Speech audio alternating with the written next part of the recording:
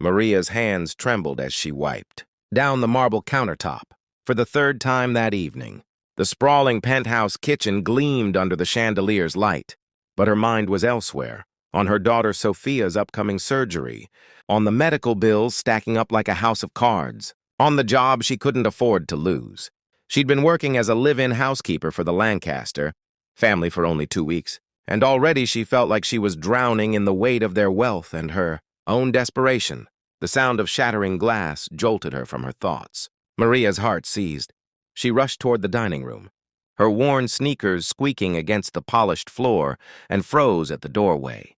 Crystal shards glittered across the Persian rug like scattered stars, the remnants of what had probably been a priceless vase. But there was no one in sight. "Hello?" Her voice barely rose above a whisper. The mansion seemed to swallow sound, making everything feel both vast and suffocating. A muffled whimper came from beneath the 12-seat dining table. Maria crouched down, her knees protesting after a long day of work. In the shadows, she could make out a small figure pressed against the table's central support, knees drawn to chest, face hidden.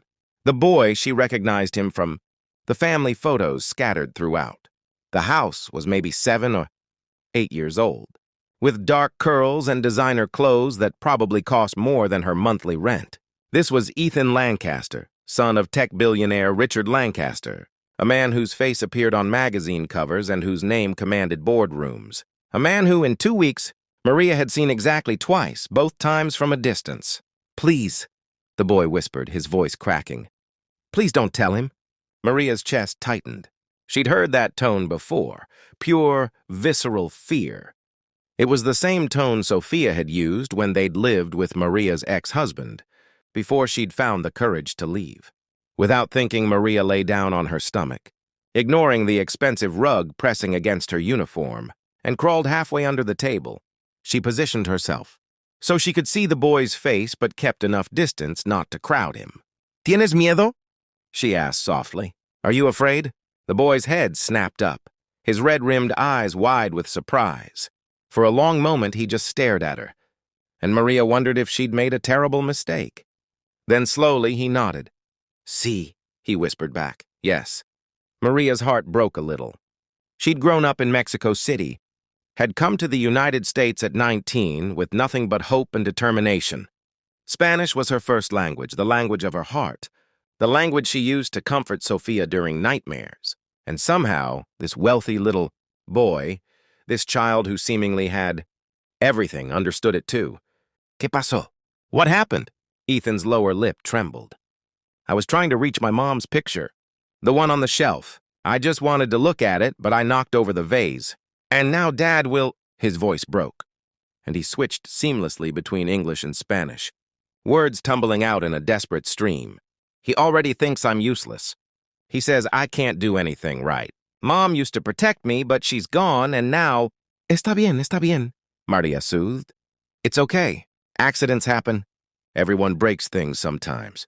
Not in this house." Ethan's voice was hollow, far too old for his young face. "In this house, everything has to be perfect." Maria studied the boy, really looked at him.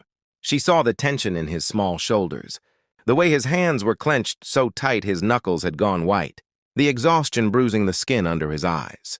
This child was living in a prison made of marble and money. "Mi hija," Maria said quietly. "My daughter. She broke my grandmother's teapot last month, the only thing I had from her." "You know what I did?" Ethan shook his head. "I hugged her. Because she was more important than any teapot, even one I loved. Your daughter is lucky." The words were simple, but they carried an ocean of loneliness. Before Maria could respond, footsteps echoed in the hallway, sharp, purposeful, expensive shoes against hardwood. Ethan's entire body went rigid. "Where is he?" Richard Lancaster's voice boomed through the penthouse. "Ethan! I know you're here somewhere. Mrs. Chen saw you run in here." Maria made a split-second decision. She crawled out from under the table and stood just as Richard Lancaster entered the dining room. He was exactly as imposing as his photos suggested, tall, sharp-featured, wearing a suit that probably cost more than her car. His eyes swept the room, landing on the broken vase, and his jaw clenched. "Where's my son?" he demanded. "Mr. Lancaster?" Maria said, her voice steadier than she felt. I broke the vase. I was dusting and I knocked it over. I'm so sorry. I'll pay for it, of course. However long it takes. Richard's eyes narrowed. You broke it? Yes, sir. Maria forced herself to meet his gaze, even as her stomach churned. She was lying to her employer. She could be fired. She'd lose the health insurance she desperately needed for Sophia, but she wouldn't let this man terrorize his child. That vase was worth $15,000. The number hit Maria like a physical blow. $15,000. Sophia's surgery cost $20,000. She'd been slowly saving, taking extra jobs, selling everything she could spare. $15,000 might as well have been $15 million. I understand, she said quietly. Take it from my paycheck. All of it. Something flickered across Richard Lancaster's face. Surprise, maybe, or confusion. He opened his mouth to speak, but a small voice cut through the tension. She didn't break it, I did. Ethan crawled out from under the table. His face streaked with tears, but his chin lifted with something that looked like defiance. Or maybe courage. Maria's heart hammered as the boy walked to stand beside her. I broke it, Ethan repeated, his voice stronger now. I was trying to get Mom's picture. Maria is lying to protect me. The silence that followed was suffocating. Richard stared at his son, and Maria watched a complicated parade of emotions cross the billionaire's face. Anger, surprise, something that might have been pain. Go to your room, Richard said finally, his voice tight. No. Ethan's hand found Maria's, his small fingers wrapping around hers. You're going to fire her, aren't you? Because of me? That's what you always do. You fire people, you throw money at problems, but you never just... His voice cracked. You never just talk to me. Not since Mom died. Richard Lancaster looked as if he'd been slapped. Ethan, Mom used to speak Spanish with me, Ethan continued, tears flowing freely now. She taught me because her mother was from Colombia. She said it was a gift, speaking another language. A way to connect with people, to understand different worlds. But after she died, you told me to forget it. You said it wasn't useful for business. But it's all I have left of her. The boy was shaking, and Maria gently squeezed his hand. She looked at Richard Lancaster and saw, for the first time, not a billionaire or a CEO, but a broken man. A father who'd lost his wife and didn't know how to reach his son. Through the grief. Mr. Lancaster, Maria said softly, I lost someone too. My mother. And I understand how pain can make you build walls. But your son, he needs you. Not your money, not your success. Just you. Richard's composure cracked.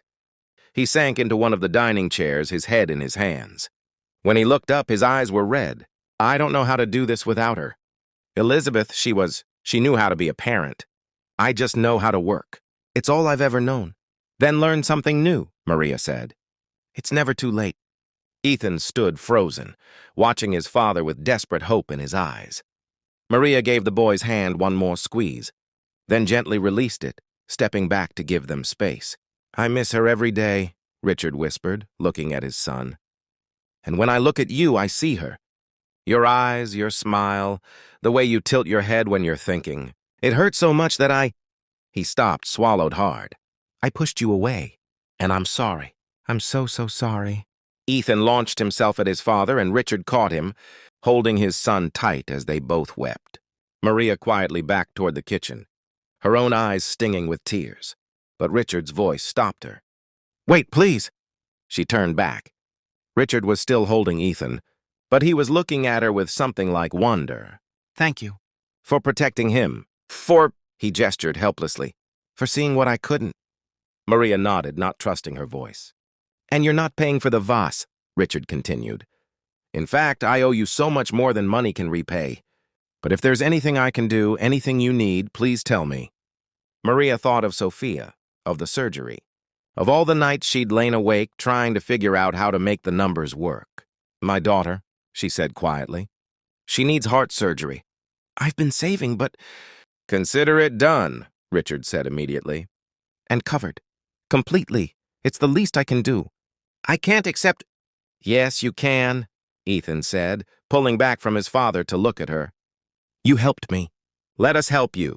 Por favor, please. Maria pressed her hand to her mouth, overwhelmed. After everything, all the struggle, all the fear, all the nights of prayer, here was an answer she'd never expected, coming from the most unlikely place. 3 months later, Maria stood in the Lancaster penthouse kitchen again. But everything had changed. Sophia, fully recovered from her surgery, sat at the kitchen island practicing Spanish vocabulary with Ethan. Richard was attempting to make pancakes badly while his son offered commentary and corrections in both English and Spanish. "No, Dad, you have to flip it faster." "I'm trying." "Maria, tell him I'm trying." Maria laughed, shaking her head. The penthouse no longer felt like a prison. It felt like a home. She'd learned that wealth could build walls or tear them down, that grief could isolate or connect, that sometimes the bravest thing was crawling under a table to reach a frightened child. And that love, real, unconditional love, spoke every language. Ethan caught her eye and grinned, and in that smile, Maria saw hope. Not just for him, but for all of them. They were healing together, one imperfect moment at a time.